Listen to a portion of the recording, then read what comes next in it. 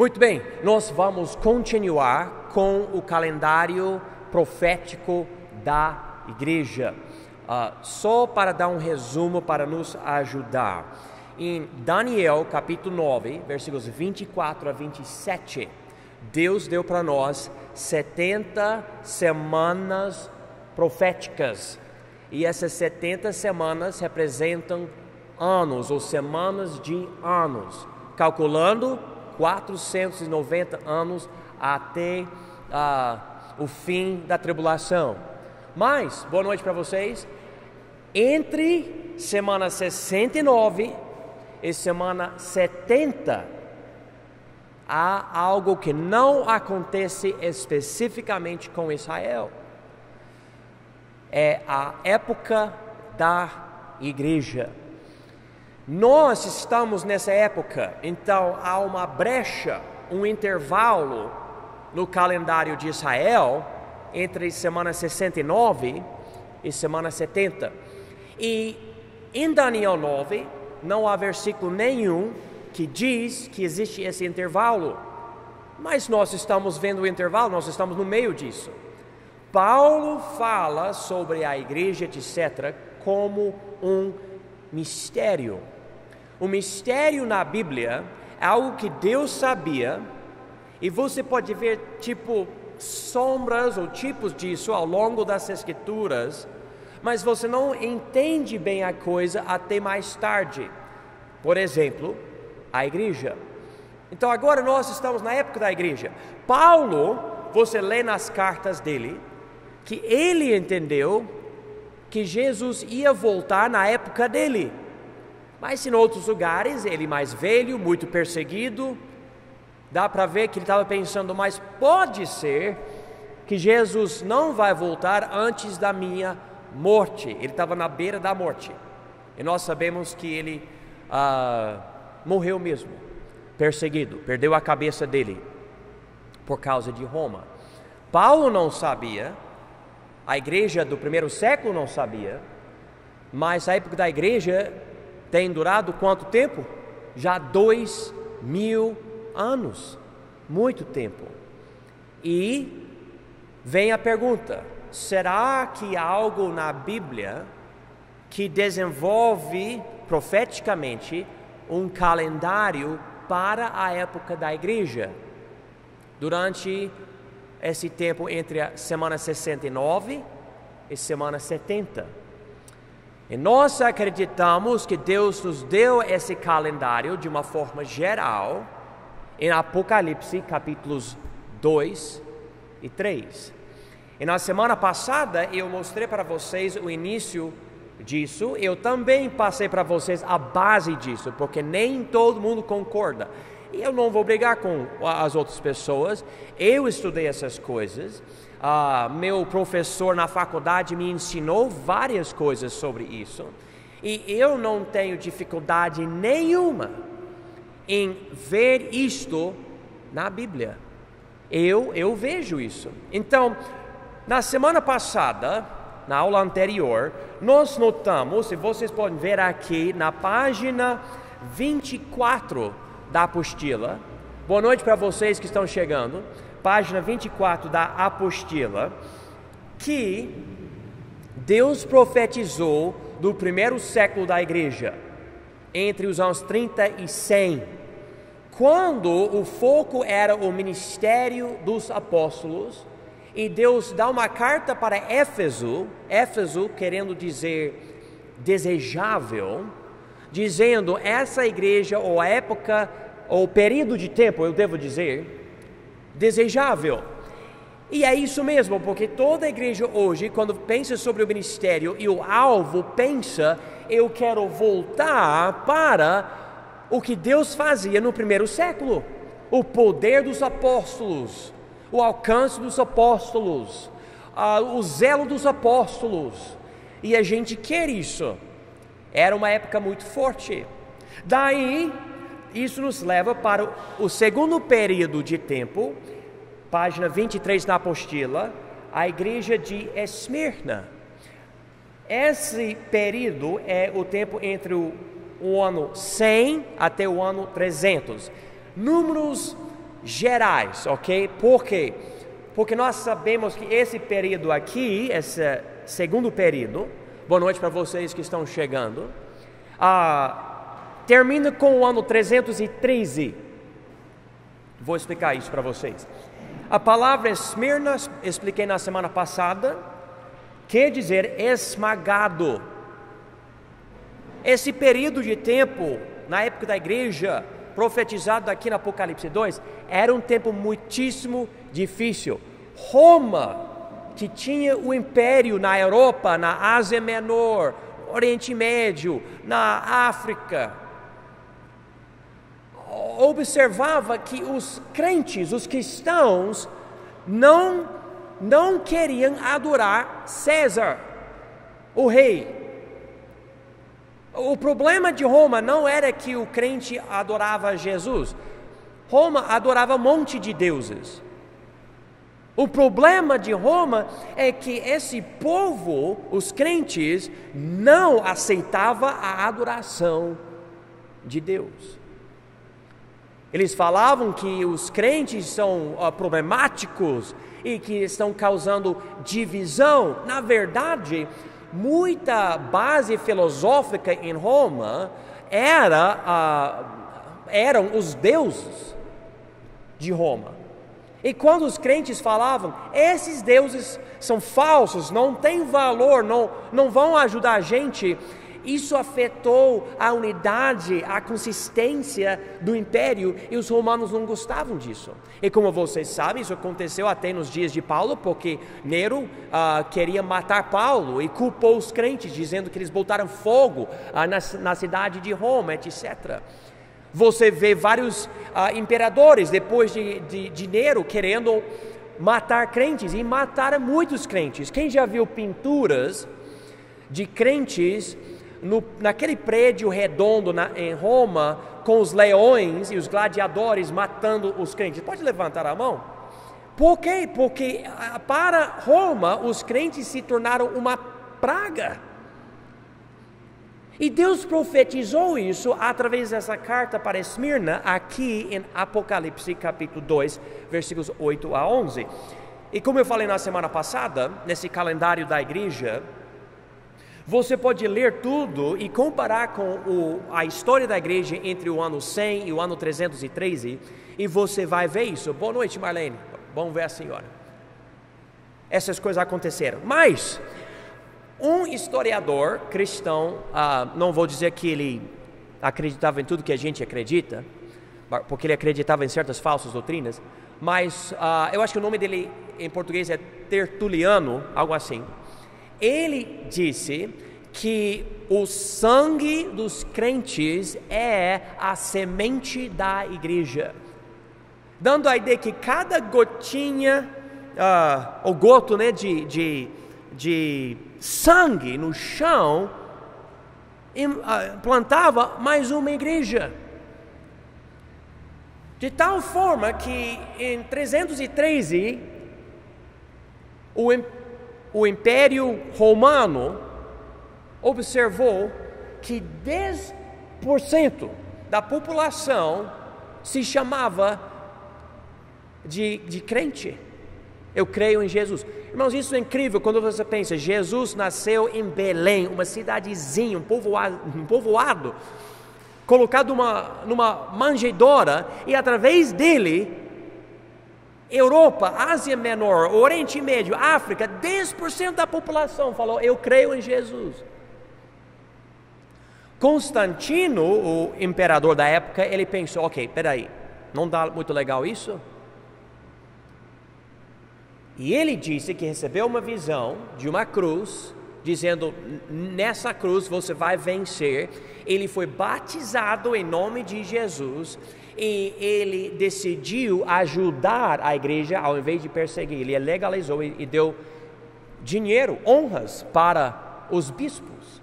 Sabe o que aconteceu? Muita gente que não acreditava em Jesus falou, olha, sabe onde está o dinheiro hoje? Na igreja. E a igreja lotou de pessoas pagãs, querendo o poder e a fama e o dinheiro de Roma. É como acontece aqui no Brasil hoje.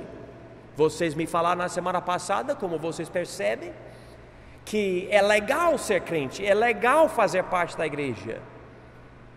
E daí tem muita gente que vem para a igreja, mas não tem interesse nenhum em realmente se arrepender do pecado e fazer o certo. É legal. E por causa disso, igreja onde você vai para assistir show, para realmente ter algo legal, sabe? Mesma coisa nessa época, que eu não falei, eu vou falar agora, é Pérgamo, versículos 12 a 17 de Apocalipse 2, página 24. Eu ainda falei sobre isso na semana passada. Interessantemente, a palavra Pérgamo quer dizer casado. E é exatamente isso que tinha acontecido, porque quando Constantino legalizou o cristianismo, ele também ajudou e juntou o Estado de Roma com a igreja, dizendo: eu vou ajudar a igreja até com questões doutrinárias. Ele formou o concílio de Niceia, se não me engano no português, para decidir se Jesus é Deus ou não. Não um bispo qualquer, o próprio rei de Roma estabeleceu isso. E através desse casamento da igreja com o Estado, nasceu a Igreja Católica Romana. A palavra católico quer dizer universal, dando a ideia que é uma coisa de todas as igrejas. E até católicos admitem que não tinha papas e tudo isso antes daquela época. E é triste que tem gente que fala que a igreja católica era a primeira igreja. Não era, não existia antes de Constantino, não existia. Isso nos leva agora para o ano 500. Vamos chegar aqui, página 25. A gente queria começar aqui, mas eu queria dar um resumo para vocês.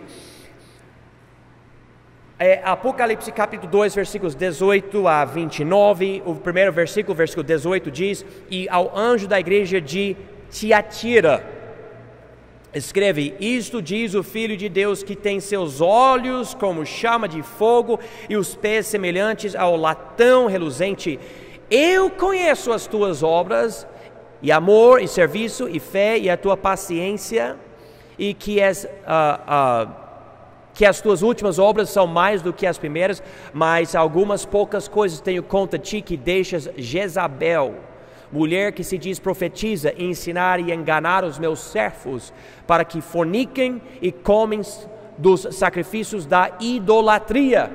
E você pode ver isso, mas o que é que a igreja católica introduziu para a igreja? Idolatria. Introduziu.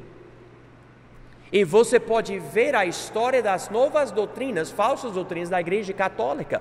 A igreja católica, através de um homem chamado Thomas Aquinas, ou Tomé Aquinas, eu não sei falar isso no português, ele basicamente elevou o humanismo, uma ideia que a Bíblia tem valor, mas também tem ciência.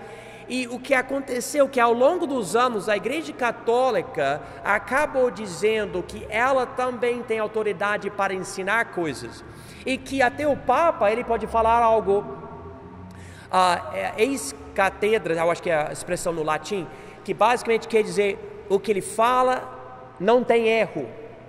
Daí nós reclamamos, falamos, mas a igreja católica está errada porque o que fala não está na Bíblia. A igreja católica fala, não, porque nós somos a primeira igreja, nós temos o Papa, descendência de Pedro, e o que a nossa igreja fala tem a mesma autoridade. Então, para eles têm a Bíblia e a igreja católica. É só que a Bíblia diz, através de Pedro, no Novo Testamento, não existe ninguém na terra que tem uma particular interpretação das profecias. Ou seja, não há ninguém que pode simplesmente ser o funil, aquele negócio para que tudo tem que passar por aquela pessoa. Não existe isso. Se você estudar a Bíblia e tem o Espírito Santo, você pode chegar à mesma conclusão porque eu chego também. Você não precisa de mim como a fonte de toda a interpretação. E você não precisa de nenhum bispo, nenhum pastor, nenhum evangelista, nenhum profeta, profetisa, papa, ninguém. Você só precisa do Espírito Santo de Deus e uma boa cópia da palavra de Deus. A Igreja Católica introduzia várias novas doutrinas, inclusive transubstanciação. Levanta a mão se você entende a palavra transubstanciação. Alguém entende? Algumas pessoas. Transubstanciação é o ensino que quando você participa da ceia do Senhor e coloca o vinho na boca e aquele pãozinho na boca, você está literalmente consumindo o corpo de Cristo e bebendo o sangue de Cristo. Meio nojento, mas não está na Bíblia. Paulo escreveu as palavras de Jesus: fazer isso ou como? Em memória de mim. Não fazer isso para receber graça porque você vai me colocar dentro da sua vida. É como se você estivesse sacrificando Jesus cada vez que você participa da ceia do Senhor. E dizendo isso, olha aqui o significado da palavra tiatira. Quer dizer sacrifício contínuo. Mas o que é que Jesus disse quando ele morreu na cruz? Está consumado. Ou seja, ele fez de tudo lá na cruz para a nossa salvação. Jesus não precisa ficar morrendo cada vez para a gente receber mais graça. Na verdade, a Igreja Católica começou a ensinar 7 sacramentos, dizendo que através dessas coisas o crente pode receber graça para passar menos tempo em outra falsa doutrina, no lugar chamado purgatório. Purgatório é um lugar temporário para você ir e ser lavado dos seus erros, do seu pecado. E se você participar de mais coisas da Igreja Católica, sacramento, etc., daí você pode ter menos tempo nesse lugar. E eles fazem muita outra coisa. Eu já vi certos lugares onde a Igreja Católica tem pessoas mortas, enterradas embaixo da igreja, porque eles diziam: se você estiver enterrado mais perto do prédio, você passa menos tempo no purgatório. Esse tipo de coisa, monte de falsa doutrina. E essa época era de 500 a 1500. A Igreja Católica dominava o mundo cristão durante aquele período. Inclusive, eles mantinham a Bíblia na língua latina e o povo acabou não continuando a aprender essa língua. Somente os monges, os estudiosos da Igreja Católica tinham acesso às Escrituras e o povo não tinha acesso. E também em vários lugares tinha somente uma Bíblia na cidade, segura no prédio, na catedral, etc., por uma corrente. Então, eles chamavam essa época a Idade das Trevas. Quando eu penso sobre esse termo, tem várias pessoas que não concordam com esse título do período de tempo, mas quando você pensa sobre a situação espiritual, irmãos, era horrível. E durante esse tempo tinha a Inquisição espanhola, dizendo: se você não se converter para a Igreja Católica e seguir a Igreja Católica vai matar você. Eles tinham coisas como, por exemplo, algo que era de metal, de ferro, cheio de coisas que parecem espinho de ferro, e colocava seu corpo lá dentro e fechava. Ou eles tinham outra coisa de madeira com correntes ou cordas e segurava os braços e as pernas assim com o corpo até, e você morre. Porque você não fazia parte do quê? Da Igreja Católica. Era o tempo do sacrifício contínuo. Você vai aceitar? Muita pessoa não aceitava. Inclusive você pode achar documentos, e a Igreja Católica ficava falando: nós não aceitamos essas pessoas, que não aceitamos o nosso batismo de crianças, de bebês. Eles criticavam isso e e procuravam, eles até falavam, se você conhece alguém que não aceita o batismo da Igreja Católica, fala para nós. E muitos crentes morreram por causa disso. Muitos, era um tempo muitíssimo complicado. E eu estou falando, irmãos, de séculos, se eu não me engano, 500 séculos, 500 anos, 5 séculos de crentes sofrendo perseguição na Europa. Vocês estão vendo o que está acontecendo nos Estados Unidos, no estado da Califórnia.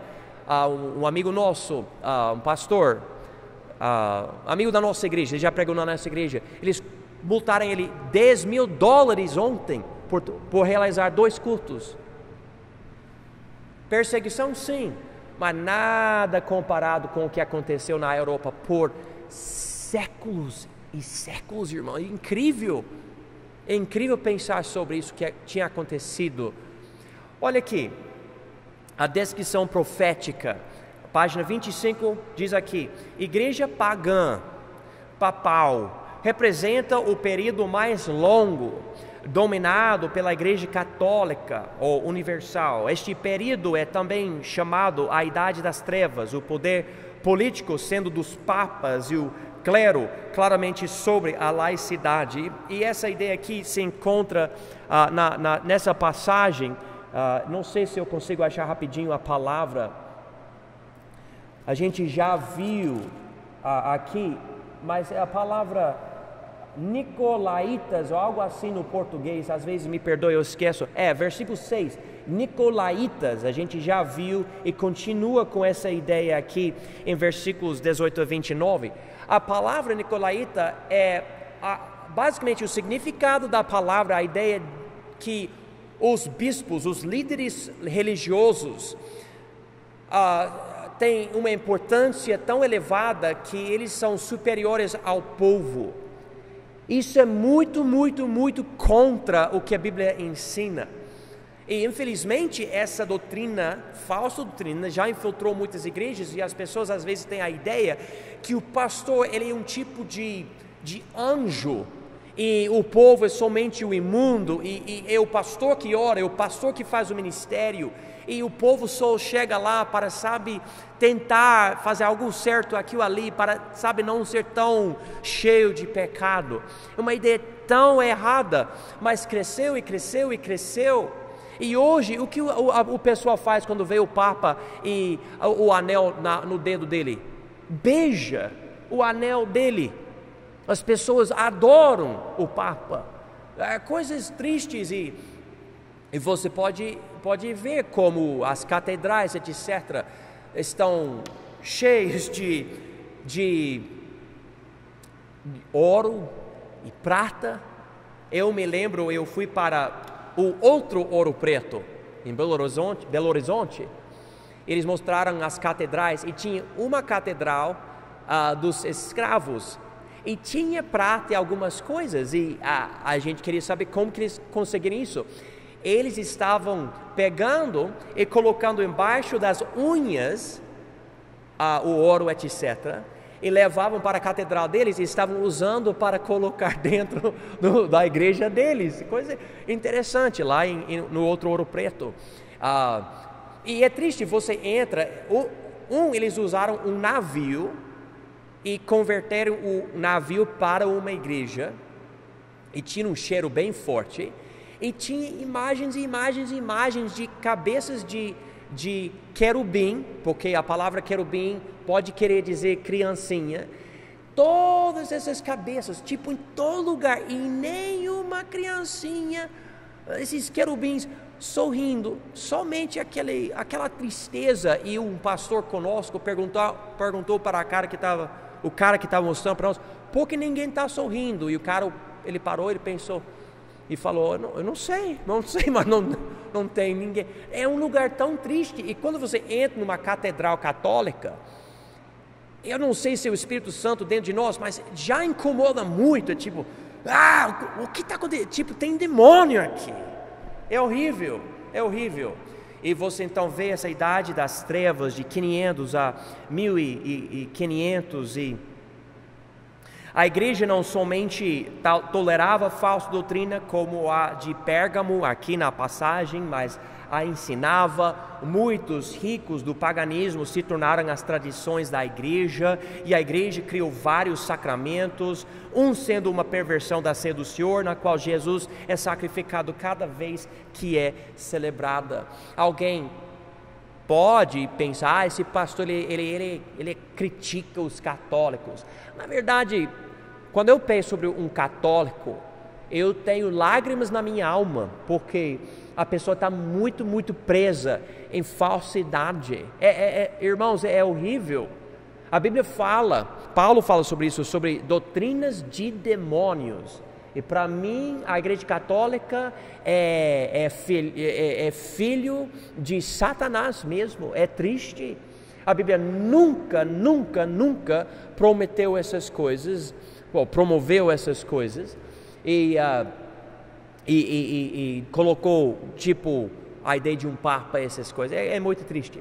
Ok, página 26, a igreja de Sardes.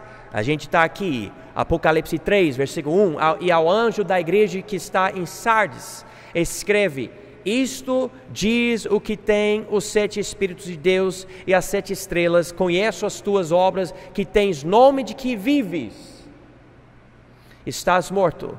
Sê vigilante e confirma os restantes que estão para morrer, porque não achei as tuas obras perfeitas diante de Deus. Lembra-te, pois, do que tens recebido e ouvido, e aguardo, e arrepende-te.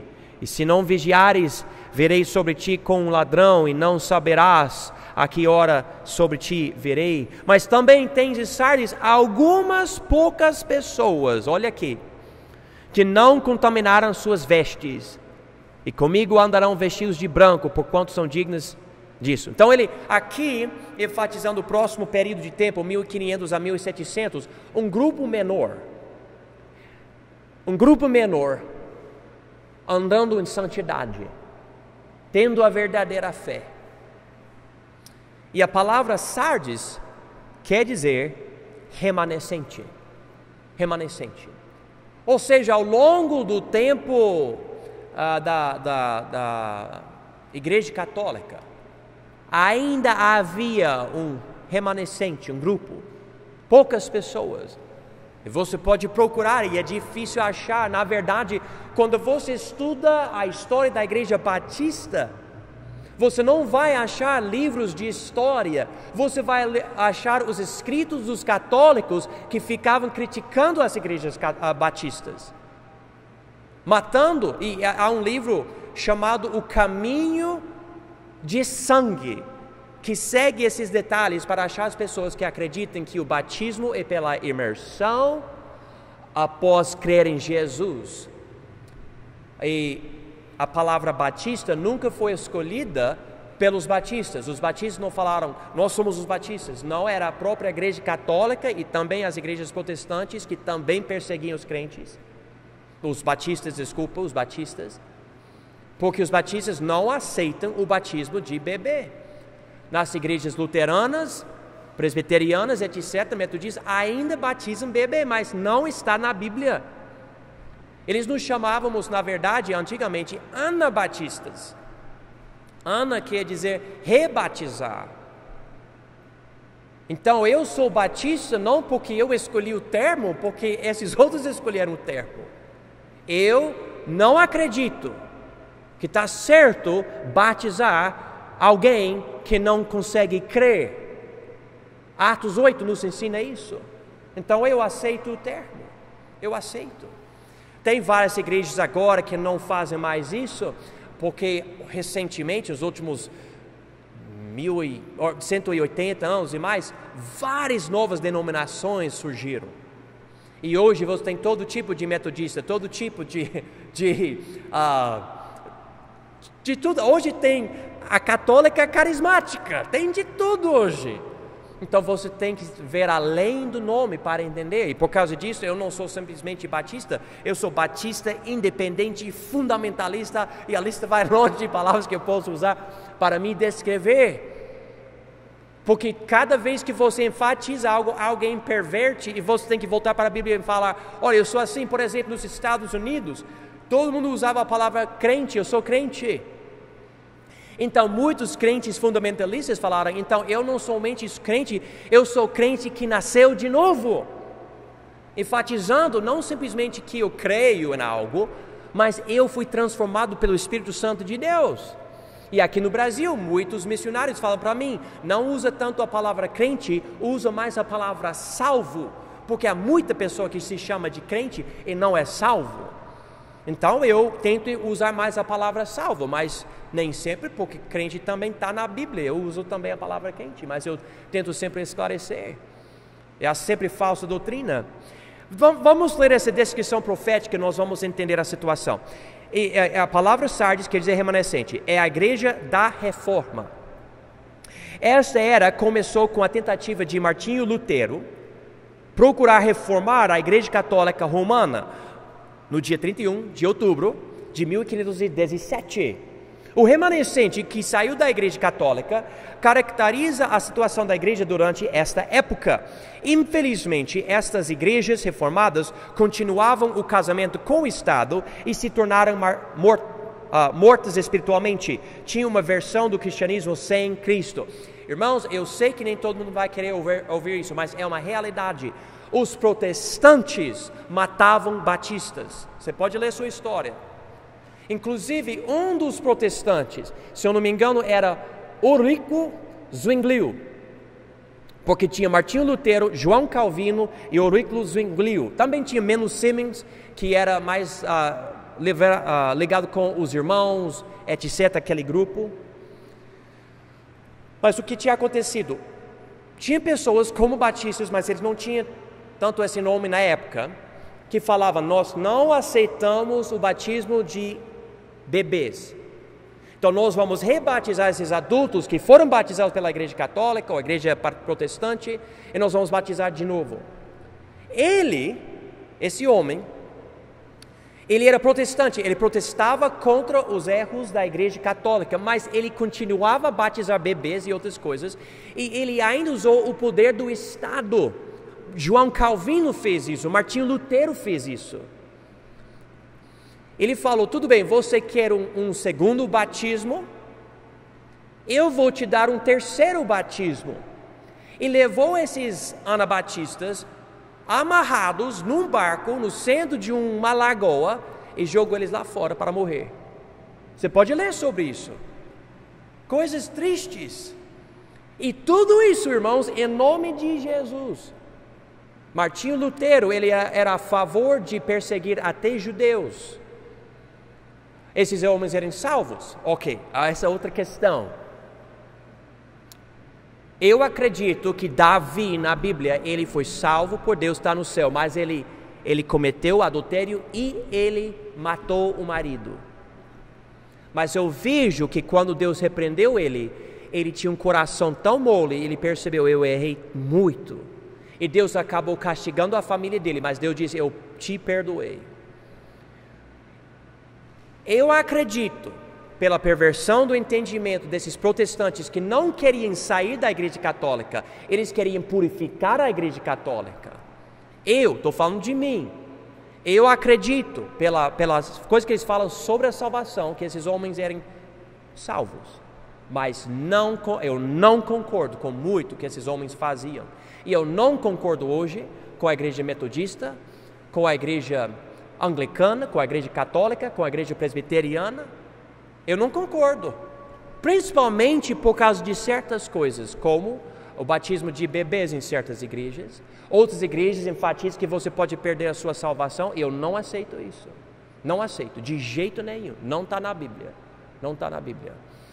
E por causa disso, quando entramos nessa fase aqui, a conversa fica mais tensa, mais tensa. Eu falei no domingo, eu vou esclarecer o que eu falei, mas nós não somos os únicos, mas há poucos.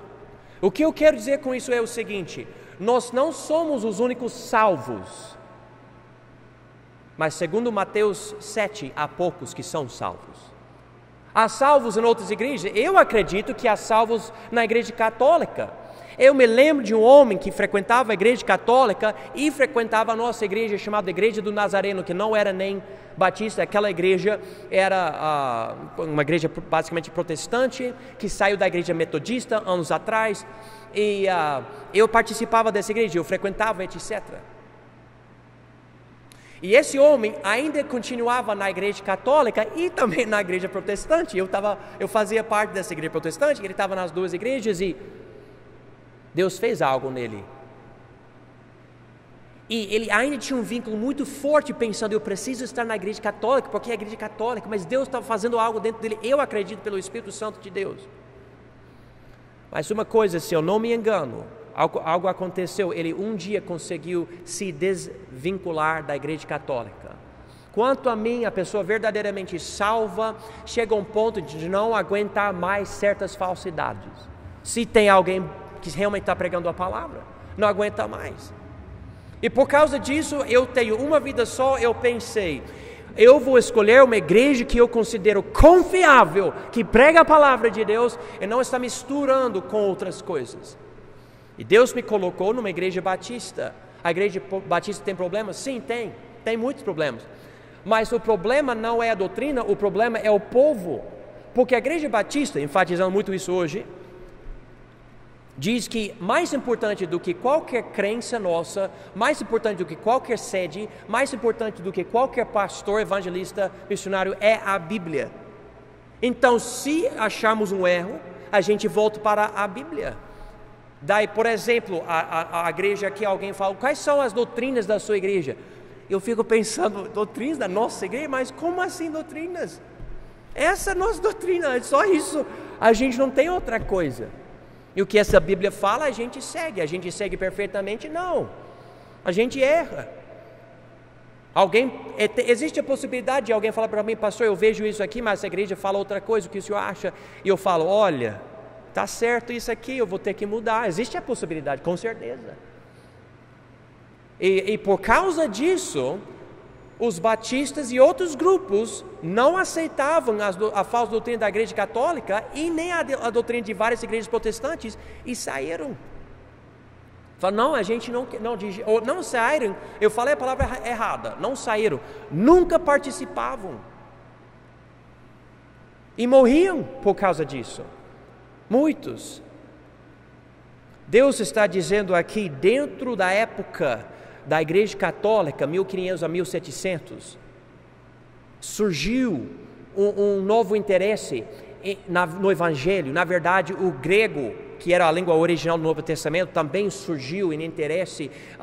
Pessoas traduziam a Bíblia para a língua do povo e muito mais gente começou a entender a Bíblia e havia um movimento, mas infelizmente, como foi profetizado aqui, essa época dos protestantes, da reforma, acabou congelando e muita pessoa esfriou bastante e basicamente fica difícil distinguir o protestante do católico. E hoje, eu não sei se vocês estão percebendo isso, mas há muito protestante que está voltando para a igreja católica. Por exemplo, quem já ouviu o nome Billy Graham? Levanta a mão. Billy Graham, o evangelista mais famoso, pregou para milhões. Eu li a biografia dele esses dias. Ele convidava padres da igreja católica para estar no palco com ele, pregava o evangelho, ganhava pessoas para Cristo e mandava essas pessoas de volta para os padres que pregam que salvação é através da igreja católica e as obras da igreja católica.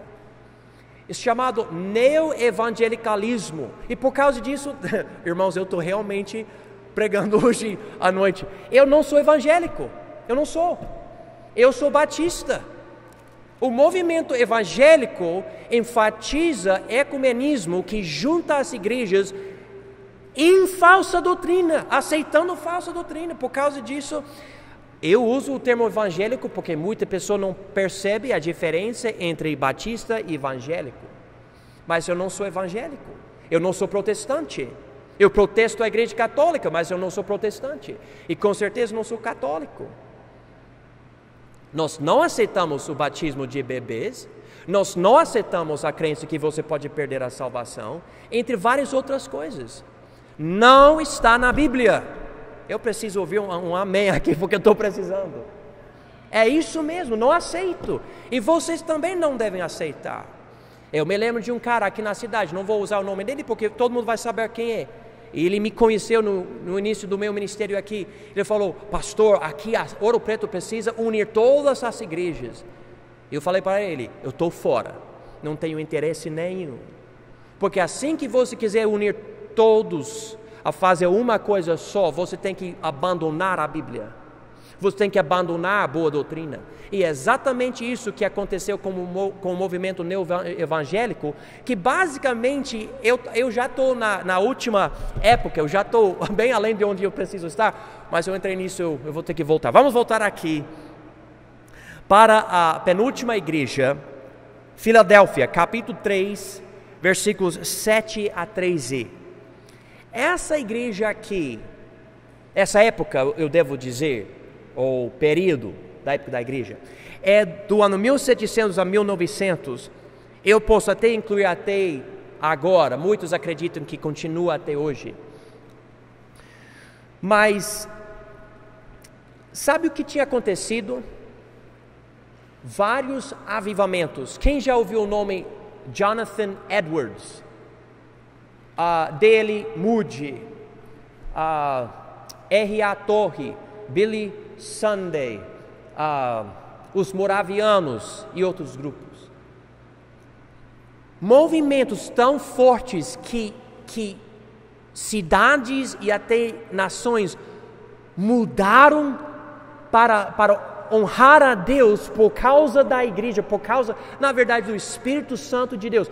Eu me lembro em 1851, por aí nos Estados Unidos, Deus deu um avivamento tão forte em Nova York, que pessoas começaram a encher as igrejas somente para orar.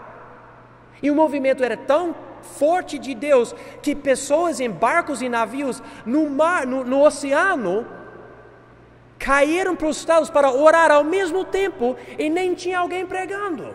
Coisas incríveis acontecendo. E você pode ler sobre isso.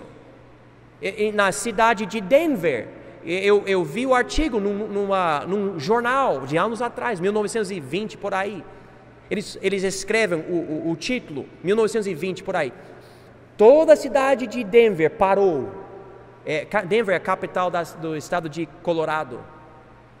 Você pode ler sobre a Inglaterra e os movimentos. Você pode ler sobre Spurgeon, o grande batista Spurgeon.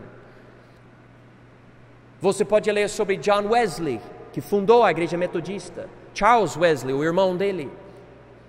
George Whitefield, John Wesley era o arminiano e George Whitefield ele era calvinista, e os dois pregavam juntos, mas ao longo do tempo eles se separaram, porque John Wesley queria que George Whitefield pregasse perda da salvação e tudo, e George Whitefield falou: não, eu não concordo com isso, e havia uma separação. Inclusive uma mulher dava dinheiro para dar apoio para esses homens.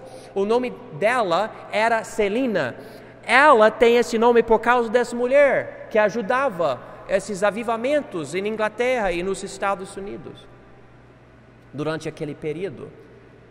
Era incrível. A palavra Filadélfia, todo mundo já sabe o significado, amor fraternal. E você vê, lembra, a igreja não mandava missionários, falava: não, os pagãos, se Deus quiser converter os pagãos, Deus vai fazer algo. E homens como, por exemplo, Adoniram Judson e William Taylor, certo? William Taylor, falei o nome certo? Que foi para a Índia. E outros falam: não, a gente vai. E daí os missionários começaram a chegar. Lembra quando os missionários chegaram aqui no Brasil para pregar o Evangelho? Esse período, bem aqui. Deixe-me ler o parágrafo. Igreja de avivamento, igreja missionária. Os morávios, metodistas e missionários começaram esse período da história da igreja. Era uma reação boa contra o formalismo da ortodoxia morta das igrejas do período anterior, Sardes. Grandes avivamentos aconteceram, nos quais milhares e milhares de pessoas receberam Jesus e milhões ouviram o Evangelho. Infelizmente, Satanás atacou muito a obra de Cristo durante esse tempo, com o nascimento de várias seitas e teorias científicas como a evolução. E nós vemos isso nos leva para o último período da igreja, Laodiceia. Laodiceia quer dizer os direitos do povo, é Apocalipse 3, versículos 14 a 22. Você lê como Deus bebeu a água desse povo e falou que está morna, eu não aceito, eu quero vomitar. Durante o século 1800, nasceu as Adventistas, Testemunhas de Jeová, os Mormons, Espíritas, esses grupos, e do mesmo lugar que nasceu muita outra coisa boa, nos Estados Unidos, Nova York, Massachusetts, essa região. Falsa doutrina após falsa doutrina. E em 1900, durante aquele tempo, surgiu um grupo de pessoas, pastores, dizendo: Jesus não nasceu de uma virgem. Jesus não é Deus. A Bíblia toda não é a palavra de Deus. As faculdades bíblicas começavam a pagar professores que nem acreditavam em milagres. Ecumenismo começou a crescer e juntar as igrejas, unir as pessoas em falsa doutrina. Agora o foco não é mais Deus e a santidade dele, é o que é que a igreja pode fazer para me ajudar.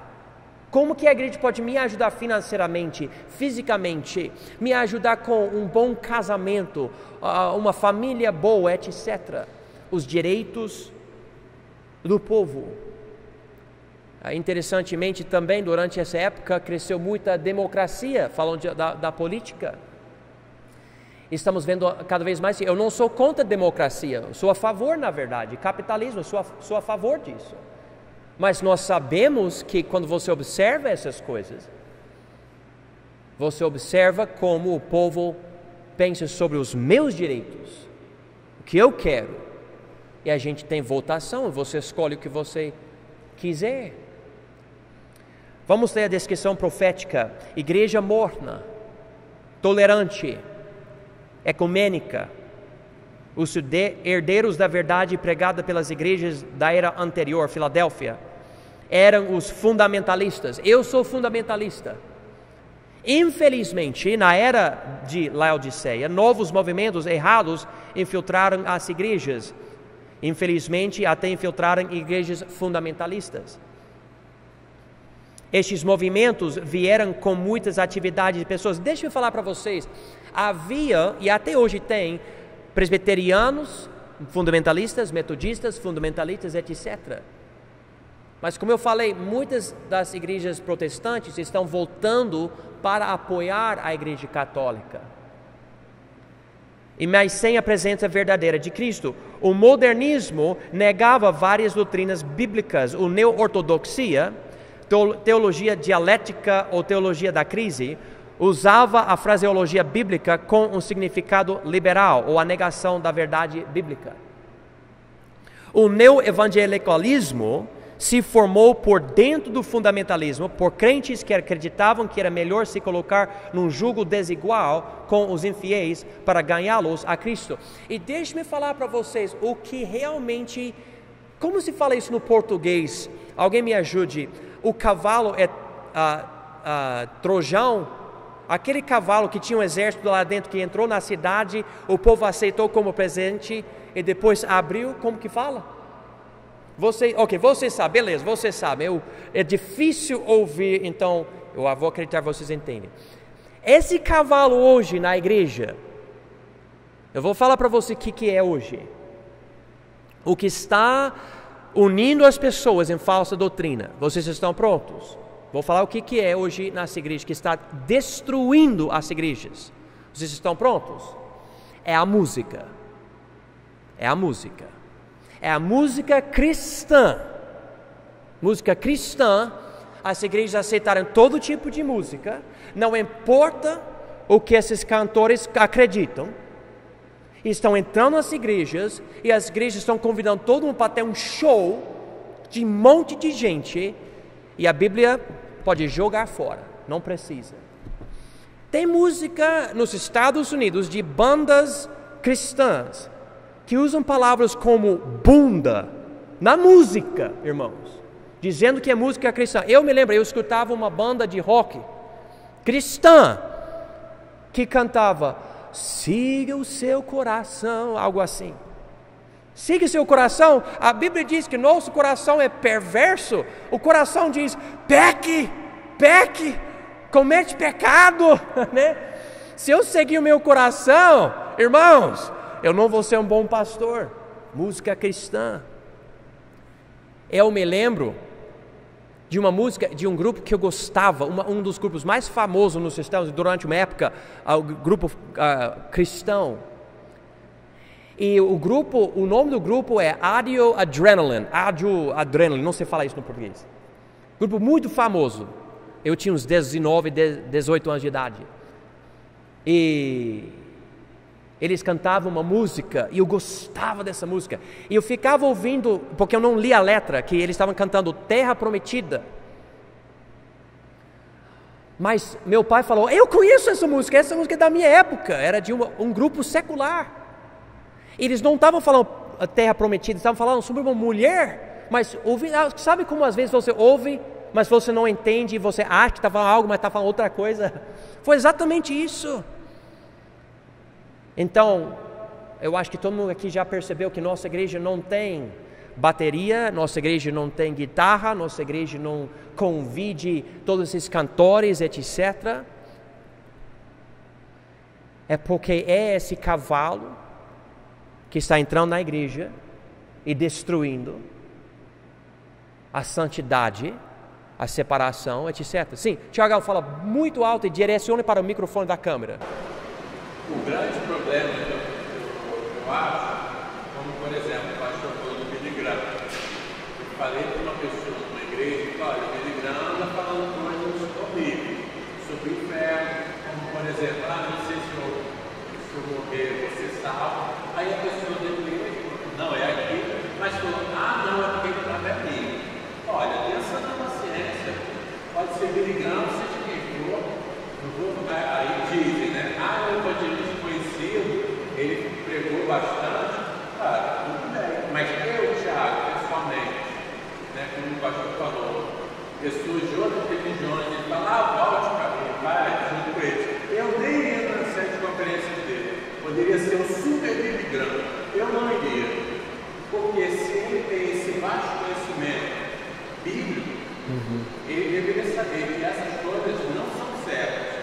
Mas como a maioria das pessoas escolhem ídolos humanos, aí diz, mas era Billy Graham, e passa por cima de uma série de coisas.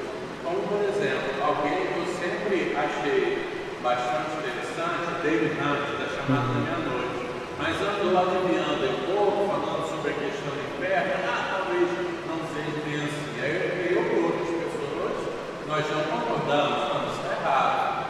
Mas as pessoas, no geral, elas não gostam disso. Como, por exemplo, grupos de música, se falasse alguma coisa, criticasse, as pessoas, elas não gostam de ouvir, são verdadeiros ídolos. Então, deveriam separar aquilo que é certo e aquilo que é errado. Eu, pessoalmente, no Brasil, vejo pouquíssimos líderes evangélicos pregando. Eles iriam falar coisas absurdas, por exemplo, 100% de besteiras, não, porque ficaria muito na cara. Mas quando a gente vai vendo certas atitudes, são coisas assim, extremamente sérias e que a pessoa deveria saber que é muito errado. Então, hoje eu não posso, por exemplo, mandar uma pregação para uma pessoa que se surpreende, porque se eu fizer isso, eu vou validar o que ele fala, e certas coisas são absurdas, como igrejas que usavam um material de um certo líder evangélico da igreja. Eu falei, vocês estão usando isso? Quer dizer, escolhem pessoas. Não vou dizer o nome, até não vou dizer, não que eu tenha medo e tal, de repente a pessoa se alguém me perguntar, fala quem é. Mas então a pessoa escolhe aquilo, são pessoas intocáveis. Aí vai vir um monte de heresia e no final nós estamos indo para o final dos tempos. E a Bíblia ela faz um grande alerta, né, para tomar realmente bastante cuidado. Tem um certo outro líder do evangelho que fala, olha, você já ouviu aquelas certas pregações que aquele líder evangélico faz sobre família? Eu falei, eu ouvi. O que você acha? Ele achou absurdo, fala muitas coisas que não estão na Bíblia, mas como ele tem um certo crédito, muitas pessoas gostam, o que eu posso fazer? Mas, encerrando, infelizmente as pessoas escolhem pessoas, fizeram um bom trabalho, vamos dizer que tenham feito, mas aí se tornam intocáveis. Então, vai acontecendo certo tipo de coisa. Por exemplo, pais da igreja, sempre alguém fala, mas Agostinho, alguém falou, ou tem muito protestante que diz isso. Eu digo, eu não tenho essa história de pai da igreja. Eu não concordo nem com essa expressão, falaram coisas super erradas, no máximo, algo histórico, alguma coisa. Agora, eu pessoalmente, o que eles disseram para mim, o que interessa é o que a Bíblia fala. Até porque falaram coisas absurdas, outros, como foi falado hoje, inclusive chegaram a matar, tem pessoas que amam essas pessoas e vivem chamando e falando nome. Então, eu pessoalmente, eu não concordo. Mas, terminando, quando uma pessoa falou para mim, parente mesmo do Rio de Janeiro, boa parte das pessoas no mundo, elas não amam a verdade e elas não buscam a verdade, isso é muito triste. Até mesmo entre cristãos, muitos obtêm a verdade por vários motivos. Eu fico triste, mas no final é aquilo que a Bíblia fala, né? Muitos serão enganados. Uma parte, como se fala, interessante, mas vem uma parte às vezes que põe tudo a perder. Então eu acho extremamente sério. Obrigado, Tiagão. Dizendo isso, deixe-me, eu estou encerrando essa parte hoje à noite, essa aula. Esse último período da igreja é chamado Laodiceia, os direitos do povo, e as marcas são essa apostasia. E quando você lê sobre a vinda do anticristo, a Bíblia destaca que haverá uma grande apostasia. Eu não sei como que vai acontecer, mas a marca dessa época, segundo o que nós estamos vendo nas profecias, desse calendário da igreja, é essa ideia de simplesmente não enfatizar o que a Bíblia ensina e tentar juntar todo mundo. E é por causa disso, eu não digo que somos os únicos. Deus não falou, eu veio para salvar batistas. Ele veio para salvar quem crê em Jesus. Mas, vamos tomar muito cuidado, porque há muita falsa doutrina. E essa é a marca do último período da época da igreja. Nós não somos os únicos, mas há poucos. E às vezes as pessoas falam para mim, eu quero ser membro aqui. E eu sei se eu tipo demorar meio segundo, a pessoa já acha que eu não gosto dela. Mas não é isso. É que eu não vou aceitar de qualquer falsa doutrina nessa igreja. Beleza, pode ser membro. Sabendo que a Bíblia enfatiza a pureza da noiva, a noiva sendo a noiva de Cristo. Então eu quero apresentar uma noiva pura para Ele. Paulo disse isso. Ele queria apresentar uma noiva pura para Cristo. Então eu não posso, como pastor, aceitar qualquer coisa. Eu quero aceitar qualquer pessoa, mas a pessoa tem que demonstrar que tem fé em Jesus de verdade e quer apoiar a verdade da Bíblia e concorda com a verdade da Bíblia. Tem que realmente demonstrar. Ou a gente não vai simplesmente, beleza, tanto faz, né? Especialmente com a quantidade de falsa doutrina na igreja. Então, irmãos, quando eu vejo o que está acontecendo na igreja hoje, e no mundo político, eu penso, será que hoje Jesus volta? Porque tem todo o sinal. Estamos entre as semanas 69 e 70, na época de Israel, ou no calendário de Israel. Estamos no último dos 7 períodos da época da igreja, Laodiceia. Dá para ver, não é difícil ver isso. E vocês podem ler os detalhes sobre esse último período aqui na página 28. Eu coloquei algumas notas aqui para ajudar vocês. E para terminar, novamente, eu não estou dizendo que os batistas são os únicos salvos, não estou dizendo isso. Há salvos em várias igrejas. Eu conheço pessoas tipo da igreja presbiteriana, outras igrejas que são maravilhosas, servindo a Deus, mas eu não consigo entender como alguém como, por exemplo, o presbiteriano consegue pregar a graça de Deus para a salvação. Eles pregam mesmo. E também ensinar o batismo de bebês. Não faz sentido nenhum para mim. Não tem lógica. E a igreja batista, pelo menos essa igreja batista, porque somos independentes, Igreja Batista Independente, essa igreja nunca vai aceitar esse tipo de coisa. Não aceita falsa doutrina. E se vocês observaram algo errado, por favor, com mansidão, com amor, venham para mim e falem: pastor, eu notei algo, o que o senhor acha? Porque parece errado. E vamos ver. Se você chegar em mim com uma boa atitude, vai ficar bem mais fácil para mim. Se você chegar de uma atitude ruim, eu ainda preciso escutar você, mas vai ser bem mais difícil. Então, mas eu espero que a igreja nossa não esteja pregando nada de errado, simplesmente a Bíblia.